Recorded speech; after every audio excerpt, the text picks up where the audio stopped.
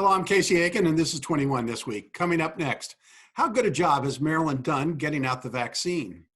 Montgomery County Teachers Union votes against the MCPS reopening plan. And has the political circus ended? And if so, now what? Our panel of insiders will give you the story behind the story. We're joined by Democrat and attorney Ron Little, Secretary of the Maryland Republican Central Committee, Mark Uncapher, and later on in the show, we will be joined by special guest Jerry Cave, a Trump loyalist, to give his view of the Republican Party. Stay tuned for these stories and more on the next 21 This Week.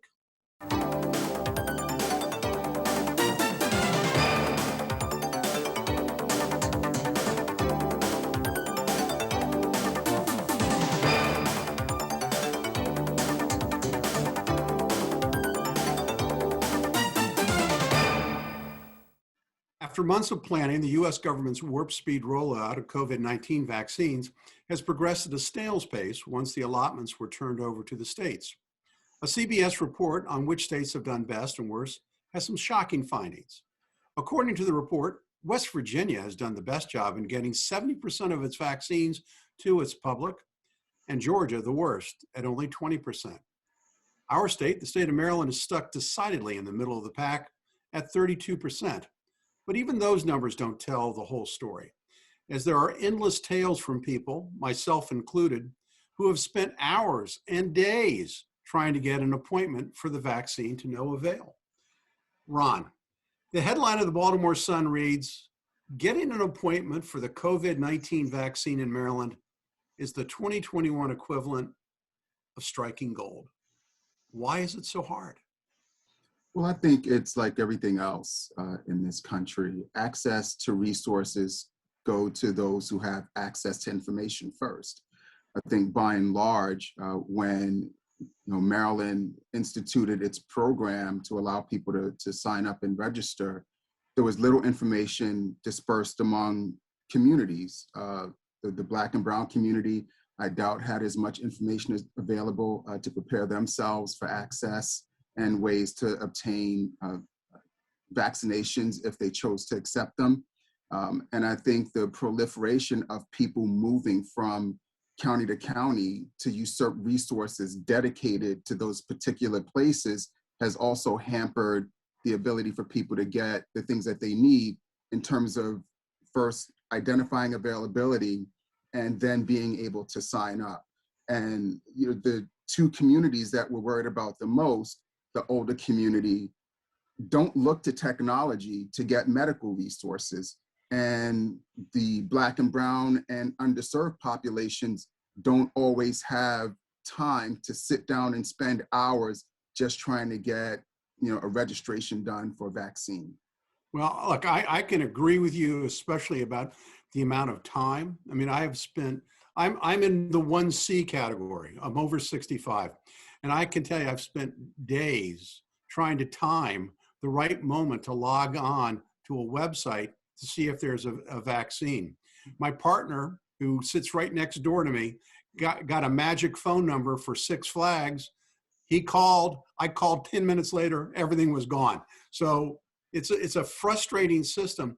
And I think it goes beyond just communication. Now, you've done a terrible job, but I want to go to Mark here, because Montgomery County, as Ron has mentioned, Montgomery County has seen the worst of it because Montgomery County residents find it easier to go to Six Flags in Prince George's County than wrestle with the inadequate system here. So what did Montgomery County in particular do wrong?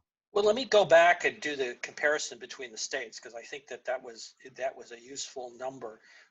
It seems to be that those jurisdictions that were the most prescriptive, in other words, they set aside vaccines for a targeted group, and then sometimes the targeted group didn't get it, they seem to have the slowest rollout. And again, there's a limitation. There are only so many vaccines. That's probably the big barrier there. So that's one particular challenge. And you can look where Jerry is right now. New Mexico, by some standards, had one of the best systems. The other piece is the transparency with which information is shared within the various categories, that priorities have been set. You're a 1C, but within that, there's some of the questions that you fill out. There's sort of prioritization that's going on in Maryland. So it's not entirely as random as suggested of just sort of hitting the lottery and being able to get a phone call to go in. Well, I mean, I think it's really very, very disappointing that the way the system has worked. I think there has been a general lack of communication. I will tell you, the email blasts that go out from the county executive and the health department, I mean, they're so confusing and lengthy in times that you don't even get to the point where you see that there's a link to sign up on. And I will say that looking at, for example, in New Mexico, which by some rankings was doing much better, had a much more transparent system where they explained these various subcategories in which this prioritization was going on of how to distribute what are continued to be a very scarce resource. We expect more in the future, but right now there are only a few vaccines to be able to go around. Yeah, Ron, I don't know if this is a fair question to you, but West Virginia had a 70% success rate in getting their vaccine out to the public. What was different that they did than what we're doing, where we're only getting out less than half of that? Well, I think that there are a lot of things that factor in. Some states have opted to follow the national rollout plan that was proposed, and other places have decided to introduce their own system. I think both systems have opportunity to be successful, but I think what West Virginia may have done that other states aren't doing is meeting people where they are, getting out into the communities where people don't have as much access. DC is walking door to door in some places. Maryland needs to figure this out, whether it's Montgomery County, Prince George's, Garrett, Washington, Allegheny. Everybody has different needs, and the state has to figure out a way to meet people where they are in order to be successful with this program. Well, I got to tell you, Mark, we only have 30 seconds left, but I'm tired of the state blaming the fact that they don't have enough vials of the vaccine when they're so inefficient in getting that out. It's one thing if they had exhausted the number of vaccines that are available, but they're only pushing out a third. Wrap it up for us. Well, again, you look at some numbers and they are getting it out. I mean, it's I understand that the CBS thing. I've seen other metrics that show a much higher success rate. And some of the mass facilities have the ability to get out literally thousands per day, and that's obviously an advantage to be able to get things out more expeditiously. Thanks, Mark. All right, we're going to go on to our next topic, because the lack of the vaccine or the failure of the vaccination program goes hand in glove with this next topic. And that is, as COVID infection rates plummet and surrounding jurisdictions prepared to reopen their schools, Montgomery County, very publicly announced that it would begin to phase students back for hybrid learning on March 1st. And then virtually the next day, the Montgomery County Association of Teachers, the union which represents the MCPS teachers, passed a non-confidence vote on the reopening plan, calling the plan irresponsible, and says that the current MCPS plan to reopen schools facilities cannot be successfully implemented because they require more resources, more people, more space, more time, and not negatively impacting students' learning experiences. What's going on here? Mark, the superintendent of the school, Jack Smith, says he's totally perplexed because he thought he had a deal with the union. What's going on? Well, we've heard a lot about science. This isn't about science. This is about political muscle, because the science, the recommendation from the experts has been that schools can reopen. We go into configuration of those most at-risk populations. That is, by the union's approach, is being thrown out the window to basically a standard of 100% safety of basically avoiding going back into school. And we need to be very clear about what the consequences of their resistance to reopening. It is damaging the education of the students. It is also particularly harming students that are the most at risk, that don't have the resources at home because of not being able to go to school.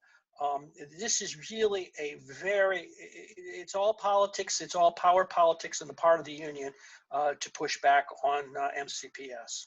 Well, there's two other factors to note. That the CDC has said that teachers can go back to school without being vaccinated, that it's safe to do so, right? And that St.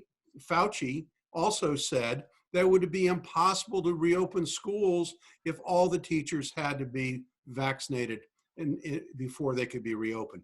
So this is a big problem. And Ron, there's another issue that the teachers union brought up, and they said excuse me, the system must also develop a building reopening plan for the adequate staffing of all instructional models, particularly those directed to serve Black and brown students and students impacted by poverty, without diminishing access to staff and services that supplement required direct instructions.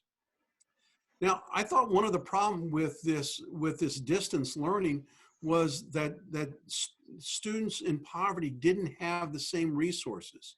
So I would think that bringing them back to school would be a positive thing. Explain what the union's doing here.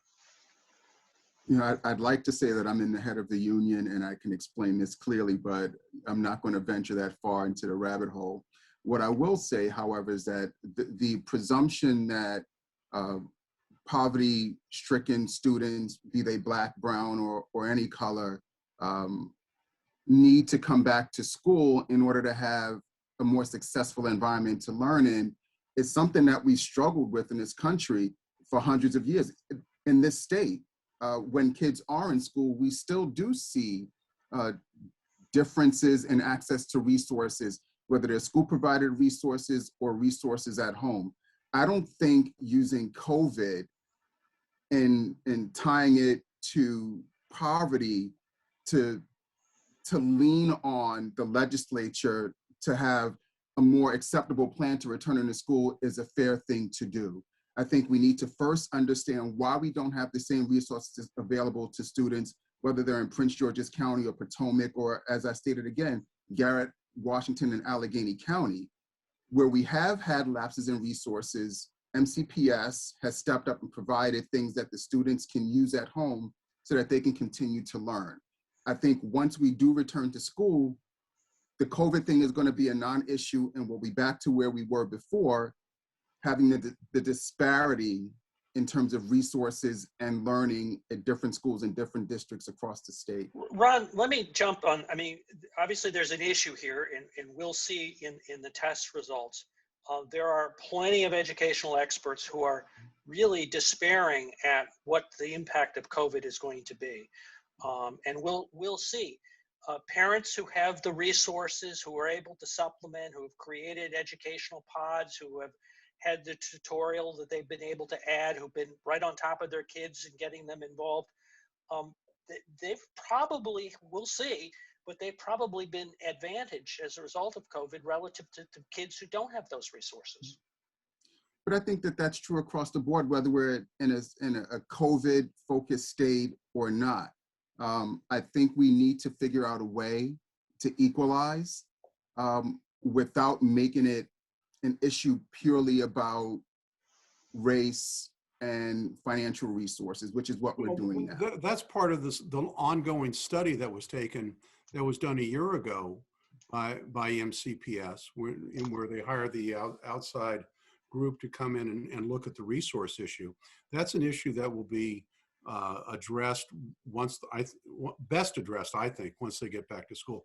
We're getting the wrap sign, so we have to go on, take a little break here. And when we come back from this short break, can our divided country find commonality, or has the American era begun its rapid decline?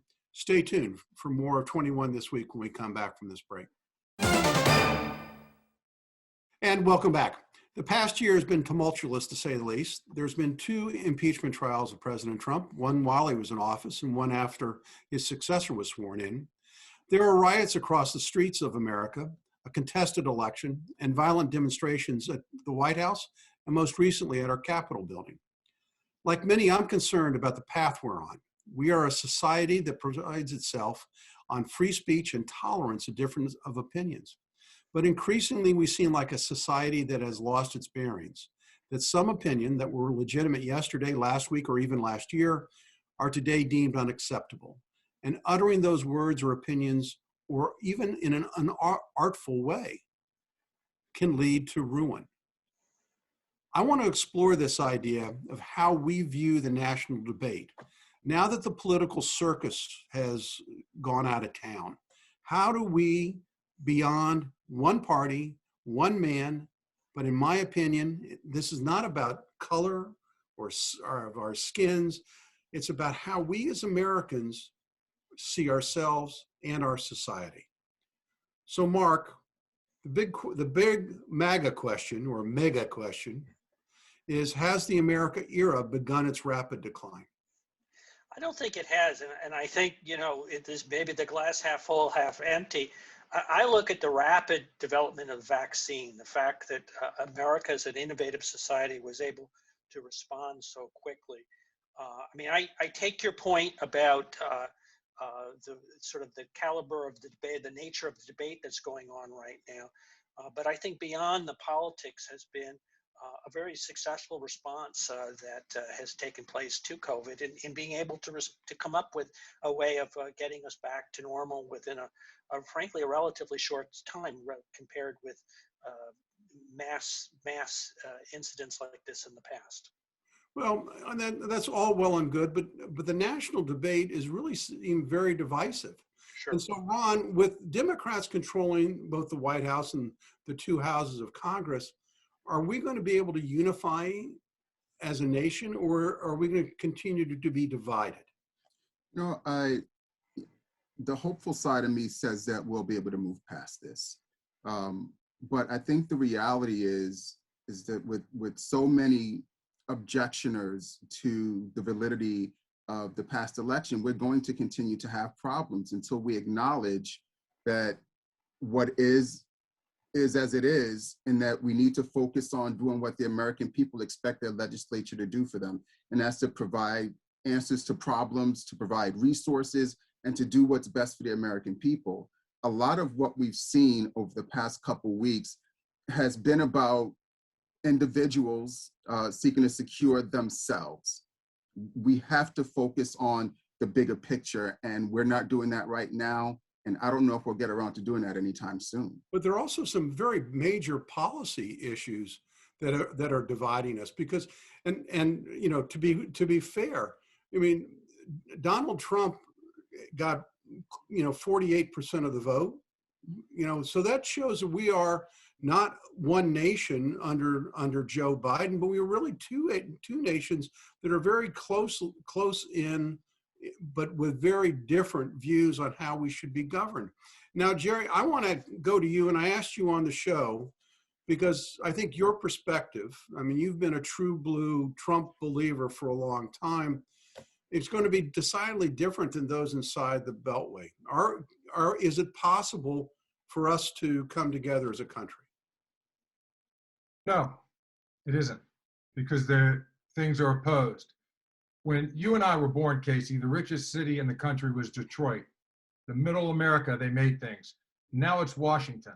What makes money for people inside the Beltway is influencing government, contracts, regulations, oversight. It doesn't work for middle America, and they know it. They're in a fight for their life, and the only champion they've had was Donald Trump. The Democrats used to be their champion. They abandoned them. The Republican Party gave them lip service, and they chose cheap labor instead of working for middle America. There's no way to reconcile these things. And the left has succeeded brilliantly in branding the 75 to 80 million people that voted for Donald Trump as the scapegoats. January 6th was this ongoing exaggeration in Washington has made them so that they can't even have a demonstration. Big tech and big media has silenced them. this majority now is silenced and invisible. And nobody inside the Beltway will get their vote for a national election. These people know what they're up against, and it's not what anybody in Washington thinks. People in Washington don't know how much we hate them back now for what they've done. Ron, you look uncomfortable with his answer. I mean, I'm not uncomfortable. I just don't think it's grounded in the same reality that I live in. I think the truth of the matter is that there's always been two Americas. There's an America that serves those who have access to influence and resources, and then there's the America for those who have been left behind. And by and large, the people that have been left behind are the Black and brown people, not the people who waged war on January 6th. Not the militia that swept in to try to save a president who didn't deserve and wasn't elected to continue to serve the people. We have a problem in this country, and it's our failure to acknowledge where we have fallen down, and we refuse to accept it, and we can't move on until we acknowledge those things, fix them, and address the problems. This is now only an issue because the people who feel slighted look like you, as opposed to me. Right. And that's what the issue is. Well, I want to go to Mark. Mark, we have a minute left on this, but it also seems that the Democratic Party is looking for retribution, and that is causing some divide. Is it time that we take the Lincoln approach to our problems and show forgiveness to one another? But I think where I would really disagree with Ron is that we're not reflecting the fact that there really are very fundamental differences about policy. Donald Trump had an economic policy that I'm assuming Ron or Joe Biden don't agree with, that resulted in the poverty rate reaching the lowest level since 1960s. Successful economic policies prior to COVID, they reflect a different approach than what we'll see during the Biden administration. I gotta add one thing. Quickly, Jerry, you got about 10 seconds. There was the reason Donald Trump got the highest percentage of Black and brown vote in this election. It's class. It's the middle class versus the upper classes. And Jerry, the reason that Joe Biden got millions of more votes than Donald Trump was because people did not like Donald Trump. And they voted against it. Came out of 6 cities, Casey. Thankfully, we have to go to parting shots, so stay tuned. Sure. When we come back from the short break. And now with parting shots, Mark Uncapher. Well, let me make a modest proposal to advance education in Montgomery County, and that is to encourage our teachers union to work with MCPS to have summer school to allow students to catch up. Let's extend the school year to get our students back on track. Thank you, Mark. And Ron Little, your parting shot. I'd like to first acknowledge Black History Month and the contribution of people of Black, brown, white, every skin color who have made contributions to this country that have brought us to where we are today. I'd also like to say any one of the 7 senators who, in my opinion, did the right thing and voted to impeach Donald Trump, if you've been excommunicated from your family, you're welcome in mine. Well, thank you, Ron. I think that we are all looking for charity for all, and I think would be a great thing. I was very disappointed when House Speaker Nancy Pelosi announced that in her review of the events of January 6th, she had picked General Honore as the person to lead that effort. He has already proven himself and demonstrated that he has a singular point of view going into what should be a fair and open hearing that looks and examines all issues that are on the table. Thank you, gentlemen, for being here today. I want to thank each of you for being here, and I want to thank the audience for being here each and every week to Montgomery County's hardest hitting political talk show. For 21 this week, I'm Casey.